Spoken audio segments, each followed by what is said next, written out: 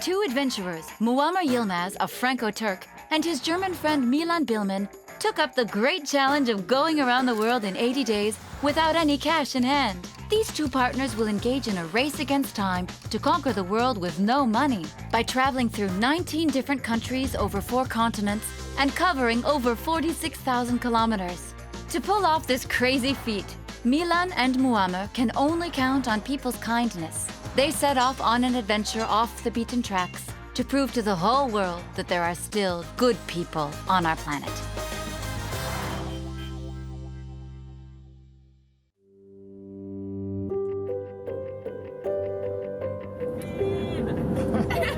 In 1 week, we traveled across Europe without a hitch. But in Istanbul, we faced our first one, a stolen bag. This side is Europe, this side Asia. We jumped over the Bosphorus Strait right into another continent, Asia. Hi! Hi. From car to car and truck to truck, we meandered along the roads of Turkey and soared over its most beautiful vistas, like the famous fairy chimneys in Cappadocia. The mayor of Altanova spontaneously invited us to a Kurdish wedding, which meant a lot, since we're away from our families. It's magnificent.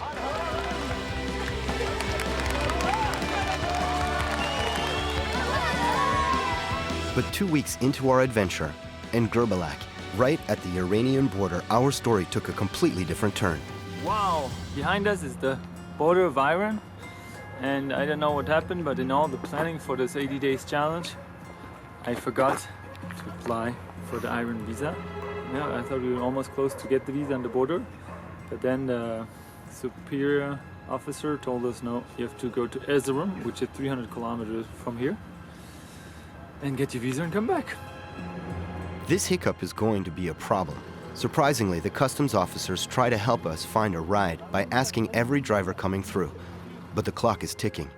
It's a long wait, and Milan, who's been sick for 2 days, is struggling. When finally... You got it. Really? Woo! Thank God, long live Turkey! we're saved. Basri kindly offers us to take us with him. Where are you coming from? Turkmenistan. Turkmenistan. From that point on, nothing goes as planned. We head towards the city of Erzurum on the high Armenian plateau at an altitude of 2,000 meters. Upon arrival, we go straight to the embassy. But in order to request a visa, we need a confirmation number that you can only get online. Try to get as close to the number as possible today, and then present the case tomorrow morning, get the visa tomorrow. Morning. Without any money, getting online is complicated. We use the Wi-Fi at the restaurant, which becomes our temporary headquarters. The uncertainty is overwhelming, and it's hard to keep composed.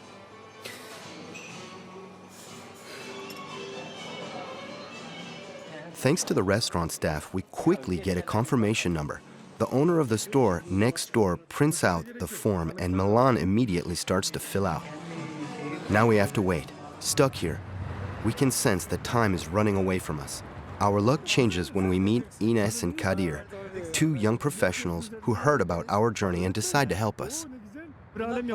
They don't have any money to eat. We have to treat them. What would you guys like to eat?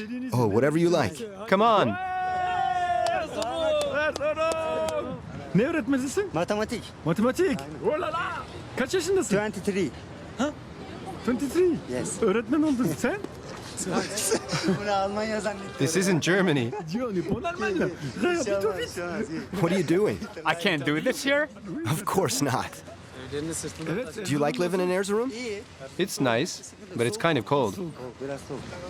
Kışın eksi. How cold does it get in winter? Negative 30. Negative 37 or 38.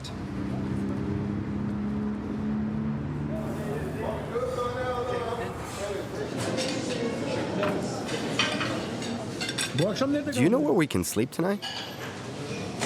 You have a room? Oo süper. Our bellies are full, and we have a place to stay tonight. We stop by Ines's place to drop off our stuff before we all head out to a party. Erzurum, Erzurum! Milan's awake. Did you sleep well? Good night.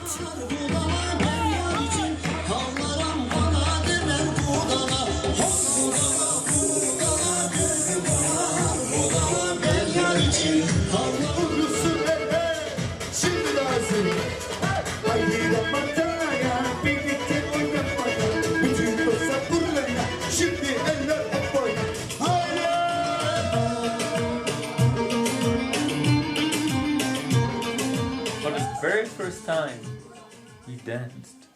And Muammar and I, we love to dance, but we never had the occasion to really dance for a moment. But he took us out, he said, let's go, I want to show you Erzurum, the dance floor. So we went out and had some traditional Turkish dancing. It was amazing, very good energy, it felt good.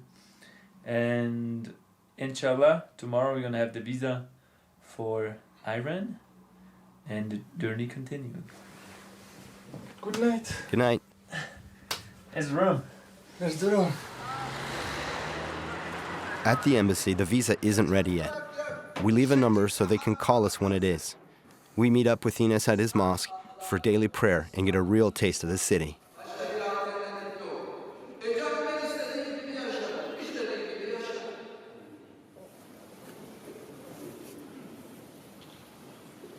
Aynen bu akşam nöbetim var. Afterwards, we meet Yayuz, and his colleague Davut might be able to host us this evening. We'll meet him later. In the meantime, we let our new friend actually go to work. Toplantıya geç kaldım. Yine haberleşiriz, tamam?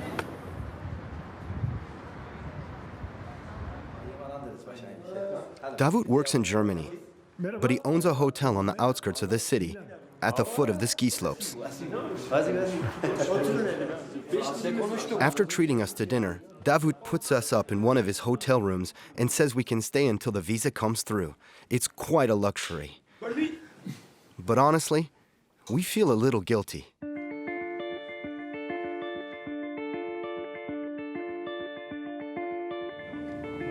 In the early morning, we take dusty mountain back roads through the ski slopes perched at 3,180 meters.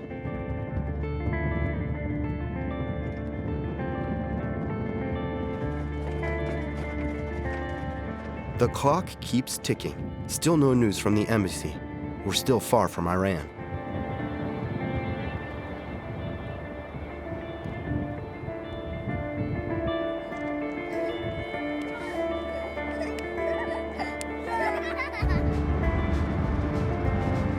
We meet Christelle and Thomas, two adventurers from Alsace who are biking across Europe to Asia. My week used to start on Monday. Well, no, it used to start on Friday night and finish Sunday night. Everything else was just work, like a robot. The only option I had was to do this every day and keep going till I'd be 60. That's when I started to panic. No way I was going to do that. Is your life better now?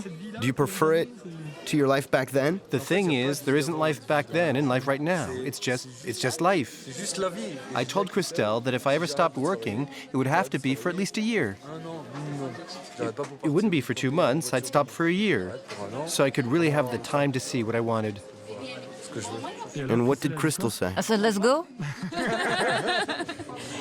Let's do it. We get to go too. After 8 days of waiting, the embassy finally delivers the good news. The visa is ready. Without hesitation, we go to claim our prize. Welcome back. We're on the road again, optimistic travelers. We're on a gas station and there are lots of trucks. The chances are very high that in the next 20 minutes we're going to find a truck to Iran. Hello. Hello. My name is Muammar. I come from Iran. Back to hitchhiking. We've lost a lot of time, but we still think we can achieve our goal. We're not giving up.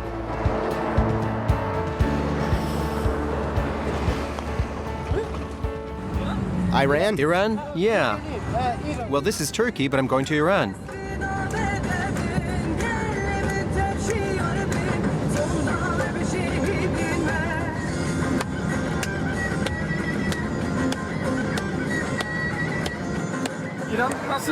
What's Iran like? Iran is all about money. You can't get anything without money.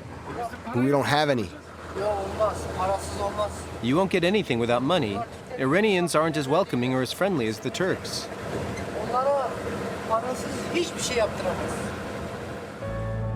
The stress level goes up another notch, made even worse by the fact that we were told we shouldn't talk to women.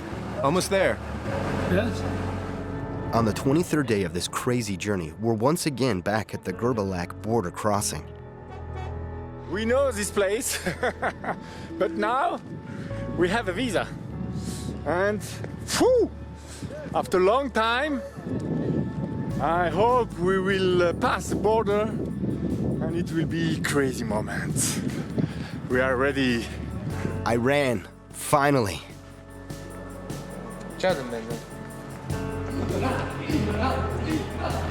Yes! Whew, it was really hard to come here, but we are in Iran. Road again! On the road again! Can we hop on? The bus driver welcomes us aboard. We travel 200 kilometers to Tabriz, but we haven't eaten anything and we still don't know where to sleep. While finally grabbing a bite, we find out about a bus heading towards Tehran, and in one go, we cover 1,200 kilometers without really being able to sleep. This is a regain of 2 days over lost time, but the cost is getting to the capital totally exhausted. We don't have any money. Without any money here, you can't do anything. Really? Same as anywhere in the world. I'm actually very surprised you got this far. Let's go to the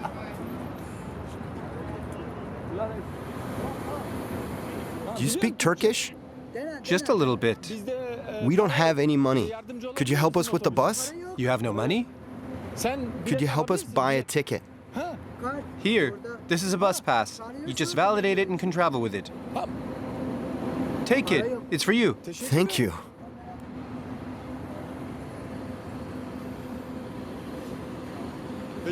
I think we have to get on over there. Over there, it's for women. Men are over here. Do you speak English? Center? We want to go to the center. Hangi otobüs? We experience a real language barrier for the first time. Very few Iranians speak English or Turkish. We're also unfamiliar with their customs and proper manners, but it's all good.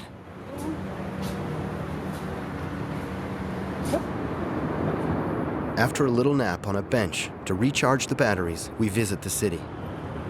The best comprehensive view is from the top of the Milad Tower, the fourth highest telecommunications tower in the world. Completed in 2008 and 435 meters high, it's a true landmark of Tehran. What are you asking me? You don't have We don't have Any any money? money, but we'd like to see the view from the top. Thanks to a letter explaining our project in Farsi, communication gets easier and we're allowed to go up.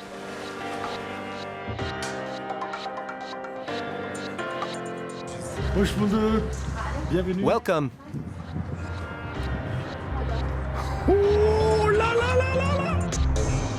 With its 9 million inhabitants, the city is located at the foot of the Alborz Mountains.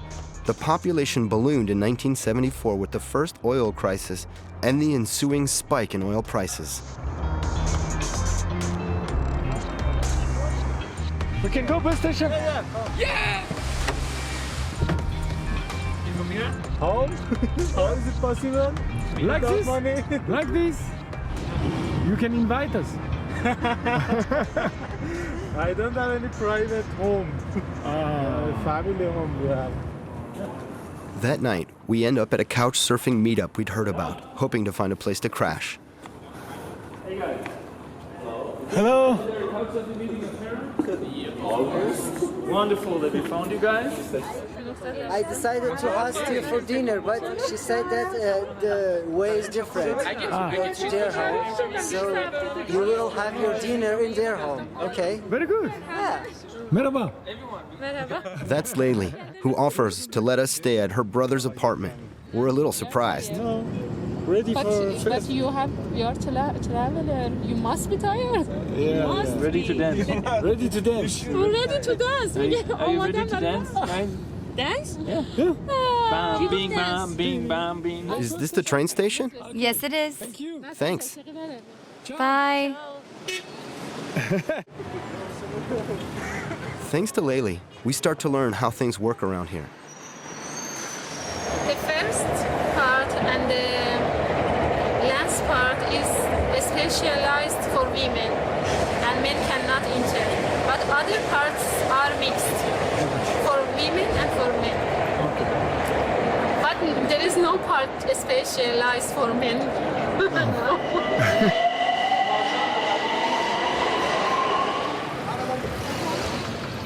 Good night.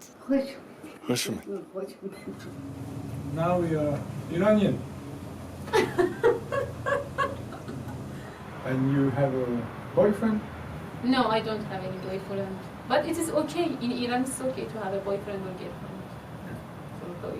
Before marriage? No, it's okay. It is common. Yeah. On the road, everybody say, "Oh, don't look to the girls. In Iran, it's dangerous. What is They will kill dangerous? you." No. And Who finally, said this? we are really, really happy, and it's really amazing for us to be hosted by a girl, a woman in Iran. in Tehran. A man can marry several women, eh? It used to be in the past. And I hate this. Many, all of the women don't like. Customs are definitely changing for the better in Iran. We shower with a garden hose on the terrace before settling down for a good night's sleep. The whole journey.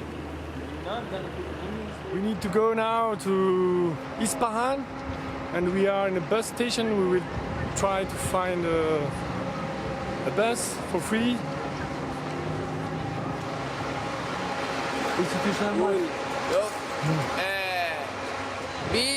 I'm not allowed to take you. My supervisor won't let you on.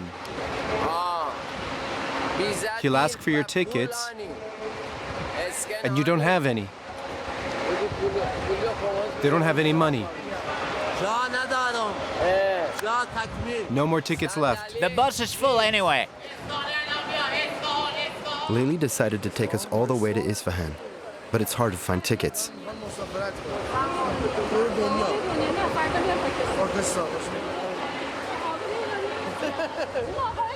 Okay, fine, get on. We can? Yeah, go ahead. Finally, after a lengthy negotiation, we're allowed to get on a bus. Layli can't get over the generosity of her fellow citizens. Your journey is so exciting, and I didn't, but now I understand. My people are so nice. And changed my perspective towards my people. We've already traveled 5,000 kilometers since we left Paris. Behind us are Europe and Turkey. Ahead, Pakistan, India, and Thailand await. Isfahan, one of the jewels of the Middle East, is located 350 kilometers south of the Iranian capital. It's the center of education and industry in Iran, vastly different from the desert surrounding it.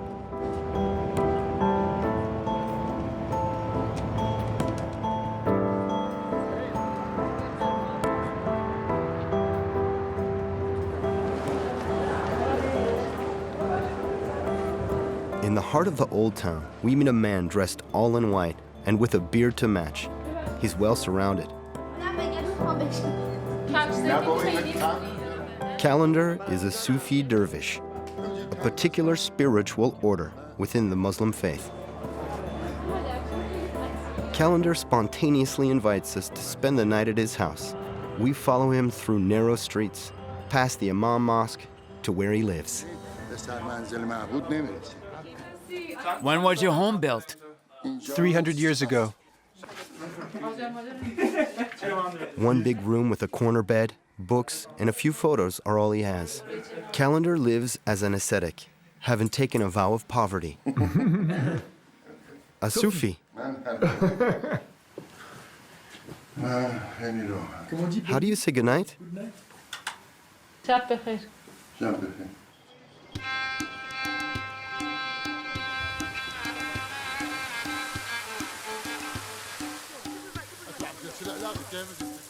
Now we are in a old bazaar.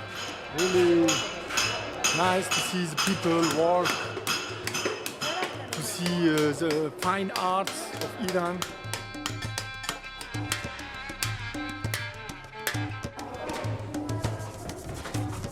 We're joined by Payan, whom we met the previous night. With him and Layli, we have two guides to show us Isfahan, Friday prayer, and the many stalls at the Grand Bazaar.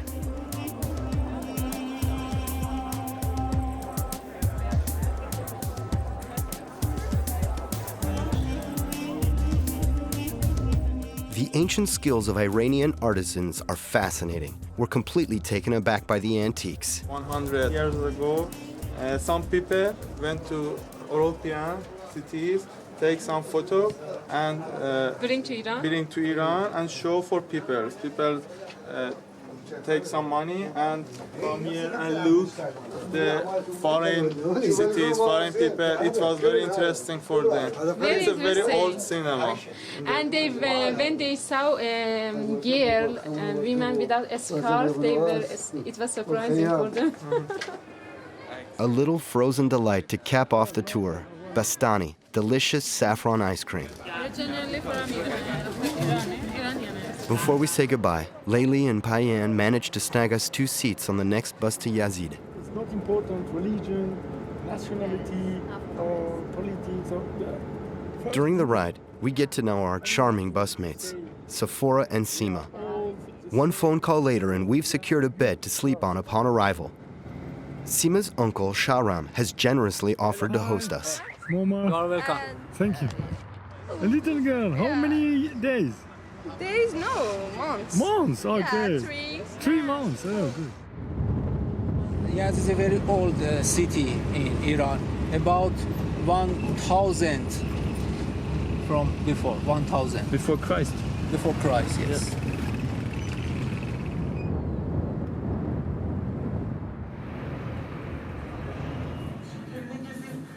This is the first time staying with an entire family and meeting all the relatives.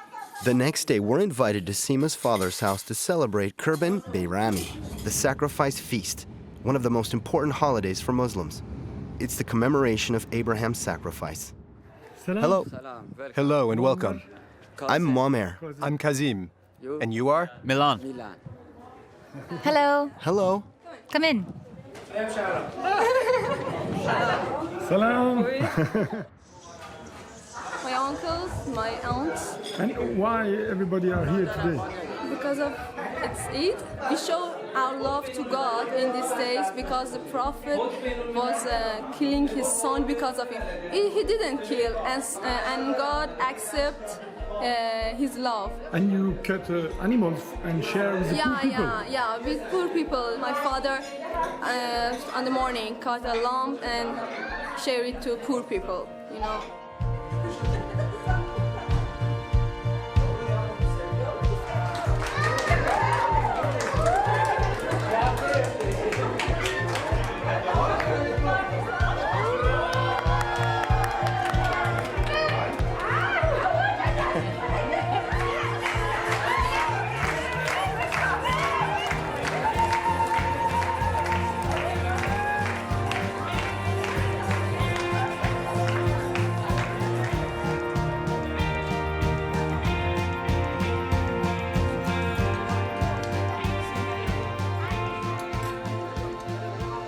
نبستم به کس دل نبسته کس به من دل چو تخت پاره بر موج رها رها رها من. Like yesterday, you know Easter? Yes. We colored egg on Nowruz. Okay? It's symbol of new life and happiness. Of course. It was because of this year was 93. It's You my- painted? Yeah. Oh. It's my handmade it. Thank you. ما اومدیم اونجا ما رو تحویل میگیرید؟ میگم if we come to your countries, did you host us? Of you. If you want to marry, yeah, invite us to your wedding party. We leave Yazid with heavy hearts, but only because we're sad to leave our new friends. Shahram drops us off at the side of the road so we can hitchhike. But due to the holiday, the country has come to a complete stop. Not even the police managed to find us a ride.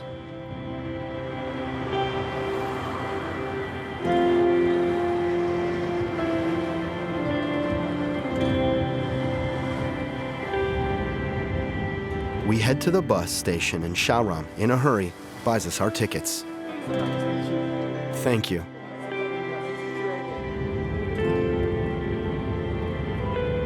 We go through Kerman to get to Zayadan, our last stop in Iran. It's 3 hours through the desert. We're only 50 kilometers from Pakistan, a country where tourism doesn't exist.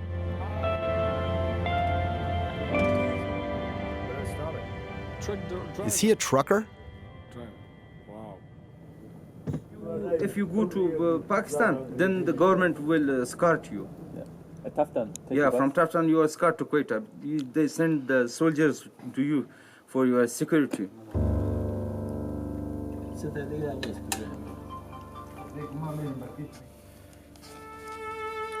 And you know where is the bus station in? Yeah, bus station in Taftan is small town. After a few hours of waiting in this parking lot in the middle of the desert on an empty stomach, we decide to try and hitchhike. Pakistani. We've come 8,000 kilometers since Paris, but the hardest is yet to come.